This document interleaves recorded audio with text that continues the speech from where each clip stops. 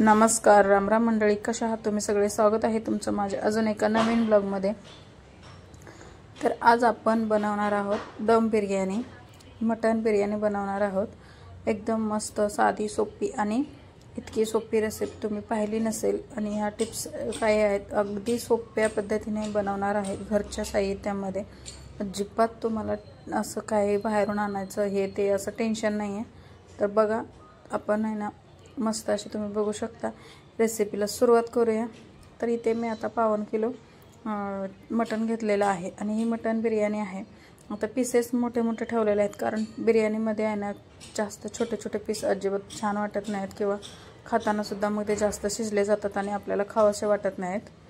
तर तुम्ही तुमच्या आवडीनुसार करू शकता। आता इथे बघा, थोडंसं अद्रक, लसूण, मीठ आणि हळद ठेवून आपण हे मटन मॅरिनेट करायला ठेवणार आहोत अर्धा तासासाठी, किंवा 15 ते 20 मिनिटं सुद्धा तुम्ही ठेवले तरी चालेल, कारण त्याला आपोआप पाणी सुटेल आणि मग ते आपलं मटन चवीला सुद्धा खूप छान लागेल।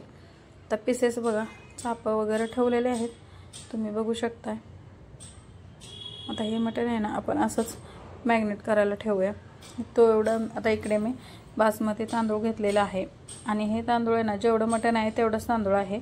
जर तुम्ही ह्याचा भात फुलतो तर तुमच्याकडे कमी घालायचं असेल तर सुद्धा तुम्ही कमी करू शकता थोडंसं, पण मी इथे जेवढं मटन आहे तेवढंच, म्हणजे 1.25 किलो आपलं तांदूळ पण घेतलेला आहे। आता हे तांदूळ 2 ते 3 वेळा स्वच्छ पाण्याने धुवून घ्यायचं आहे आणि तांदूळ सुद्धा भिजायला आपण ठेवणार आहोत 20 मिनिटं किंवा 20 ते 25 मिनिटं ठेवले तरी अगदी काही हरकत नाही। बघा, आता वरून पाणी मस्त तांदूळ खाली बुडेल इतके पाणी वरून ठेवलेले आहे। आता आपण इकडे तेल घेऊया आणि हे आपण मॅरिनेट करायला ठेवलेलं जे मटण होतं ना ते आपण शिजवून घेऊया। आता बघा, तेल टाकलेलं आहे आणि व्यवस्थित असं मटण आपल्याला, आता हे आहे ना गरम पाणी, वरून खाली मटण आपलं न चिटकण्यासाठी वरून पाणी घालायचं आहे ताटामध्ये। थोडंसं पाणी असं गरम झालं की हेच पाणी आपण ह्याच्यामध्ये टाकणार आहोत आणि कुकरच्या झाकण लावून 4 ते 5 शिट्ट्या किंवा 4 शिट्ट्या, तसं तुमच्या कुकरमध्ये शिजतं त्याप्रमाणे मी 4 शिट्ट्या काढून घेणार आहे। ते एकदा हलवायचं आहे, मस्त मिक्स करायचं आहे।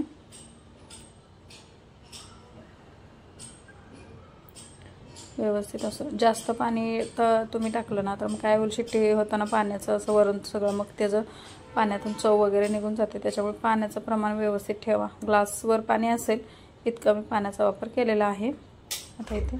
आता इकडे ना आपण पाणी 3 ते 3.5 लिटर पाणी घेतलेलं आहे। याच्यात मोठे 2 चमचे मीठ घालायचं आहे। याच्यात तुम्ही खड्या मसाल्याचा सुद्धा वापर करू शकता, पण मी खड्या मसाल्यानंतरचा वापर करणार आहे, त्याच्यामुळे इथे मी खडा मसाला टाकत नाही आहे। तर आता बघा, लिंबू पिळून टाकायचं आहे अर्धा, तसं बिया होते म्हणून मी हातावरती पिळले। आता हे तांदूळ आहे ना असं टाकायचं आहे, पाणी जास्त घ्यायचं आहे आणि आपल्याला तांदूळ हे 80% म्हणजे 70 ते 80% आपल्याला हे तांदूळ शिजवून घ्यायचं आहे। 20 ते 20 मिनिटापर्यंत आपले हे तांदूळ फक्त शिजवायचे आहेत। बघा, मस्त असे तांदूळ उकळत आहे आणि हा अगदी म्हणजे 80% शिजवून घ्या, नाहीतर काय पूर्णपणे जर शिजवून घेतलं ना तर मग त्या तांदूळ तुटेल आणि तेच आपली सुटसुटीत अशी बिर्याणी तयार होणार नाही आणि वेगळीच अशी खाताना सुद्धा लागेल। तांदूळ घेताना एक लक्षात ठेवा, कोणताही तांदूळ घ्या, पण ज्या तांदळाने भात असा चिकट होतो ते मात्र तांदूळ वापरू नका। अशा छोट्या छोट्या टिप्स असतात, त्या आपल्याला फॉलो करायच्या असतात। आता इथे बघा, माझा राईस शिजलेला आहे आणि मी पटकन असा काढून घेते। मोदकाच्या चाळणीमध्ये त्याच्या खाली एक चाळण ठेवलेली आहे, म्हणजे की जेणेकरून पाणी व्यवस्थित नितळेल। आपल्याला एकदम असा मोकळासा भात करायचा आहे। आता इथे सुरुवातीला थोडंसं जास्त तेल घेतल्यानंतर आपण तेल कमी करणार आहोत आणि ते कांदा तळायचा आहे, त्याच्यामुळे तेल जास्त घेतलेलं आहे। तर तुम्ही म्हणाल एवढे कसं काय तेल, तर तिथे मी 3 ते 4 मोठे कांदे घेतलेले आहेत, मस्त असे त्याचे बारीक बारीक काप करून घेतलेले। उभा कांदा चिरायचा आहे, तर तुम्हाला माहितीच असेल मटणाला। बघा, 5 ते 6 मिनिट लागलेले आहेत, पण कांदा अगदी व्यवस्थित असाच तळून घ्यायचा आहे, कुरकुरीत अगदी। बघू शकता, कांदा काढून घ्यायचा आहे। बघा, आपण तेल कमी केलेलं आहे, आता तुम्ही बघू शकता याच्यामध्ये अगदी तेल तेवढंच ठेवलेलं आहे। आता इथे खडा मसाला मी इथे टाकणार आहे। मोठी इलायची आहे, छोटी इलायची, तमालपत्र, दालचिनी, ह्या सगळ्या आपण खडा मसाले टाकलेला आहेत। आता तिथे मी टाकले नाहीत इथे म्हणून मी याच्यामध्ये काढा मसाला. आता एक टोमॅटो घेतलेला आहे मोठा आणि चिरून घेतलेला आहे. टोमॅटो टाकल्यानंतर आपण थोडंसं मीठ घालायचं आहे का त्याच्यामुळे टोमॅटो लवकर मॅश होईल आणि पटकन शिजला जाईल, त्याच्यामुळे थोडंसं टाकलेलं आहे. त्यावरून 2-3 मिरच्या टाकलेल्या आहेत. आता इथे बघा जिरा पावडर, धना पावडर, बिर्याणी मसाला, हळद आणि आपला घरचा मसाला, थोडीशी काश्मीरी लाल मिरची पावडर टाकायची आहे. थोडंसं कांदासुद्धा आपण ह्याच्यात टाकणार आहे. थोडासा कांदा आपण ठेवणार आहोत कारण आपल्याला नंतर लेअर देताना आणि वरतून डेकोरेट करताना आपल्याला कांदा लागणार आहे. आता इथे मी मोठे चमच्याने 4 चमचे दही घेतलेला आहे. दही व्यवस्थित दही टाकल्यावरती एक गोष्ट लक्षात ठेवायची आहे की गॅस आपला मीडियम असला पाहिजे. कोथिंबीर घालायची आहे आणि परत एकदा मिक्स करून घ्यायचं आहे व्यवस्थित असं. तर जे आपण शिजवून घेतलेलं मटण होतं ना ते मटण मी ह्याच्यामध्ये मस्त एकजीव करून घ्यायचं आहे. व्यवस्थित मसाला हा मटणाला लागला पाहिजे.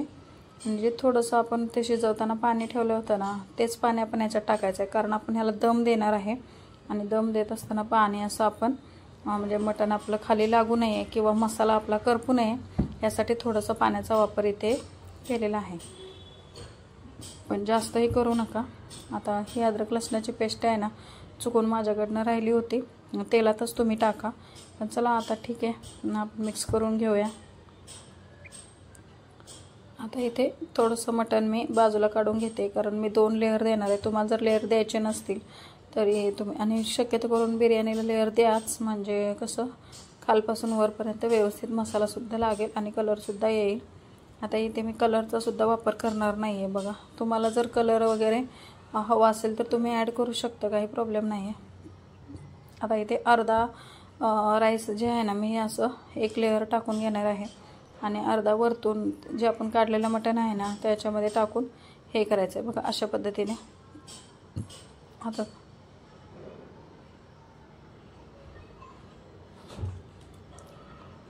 आता इथे वरून काढलेलं मटण घालायचं आहे. बघा तुम्ही आता ह्या ज्या आपण हळद वगैरे टाकलेल्या आहेत ना ह्या सगळ्या मसाल्यांचा कलर उतरतो.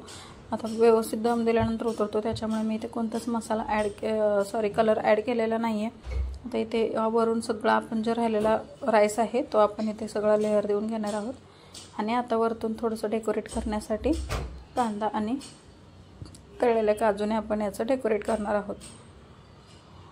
बघा असं मगाशी आपण कांदा ठेवला होता, कोथिंबीर घालायची आहे आणि तळलेले काजू असे व्यवस्थित घालून घ्यायचे आहेत. बघा दिसायला सुद्धा खूप छान दिसते आणि व्यवस्थित सुद्धा. आता आपण असाच याला दम नाही देणार आहोत, आपण तव्यावरती टोप ठेवून त्याच्यावरती आपण हे करणार. तर ते मी हा पेपर घेतलेला आहे. तुमच्याकडे जर नसेल तर तुम्ही गव्हाचं कणिकसुद्धा लावून याला दम देऊ शकता. त्याच्यावरती झाकण ठेवायचं आहे आणि एखादा जाड तुमच्याकडे खलबत्ता वगैरे बोलतात ना ते काय असेल ते तुमच्याकडे तुम्ही झाड असं त्याच्यावरती ठेवायचं आहे आणि 20 मिनिट तरी तुम्हाला ह्याला दम देऊन घ्यायचं आहे. जे मगाशी आपण पिवळा रस्सा टाकला होता ना त्याच्यामुळे आपली बिर्याणी खाली अजिबात लागणार नाही. तर बघा इथे मी दम देऊन झालेला आहे. आता ते व्यवस्थित तुम्हाला खोलून दाखवते.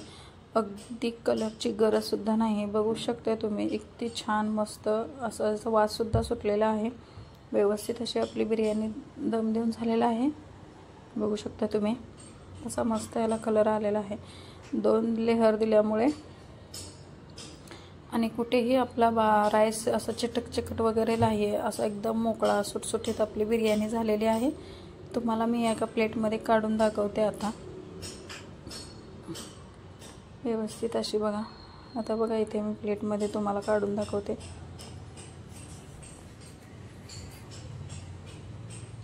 तर तुम्ही या पद्धतीने आहे ना माझ्या पद्धतीने एकदा बनवून बघा, नक्की तुम्हाला आवडेल.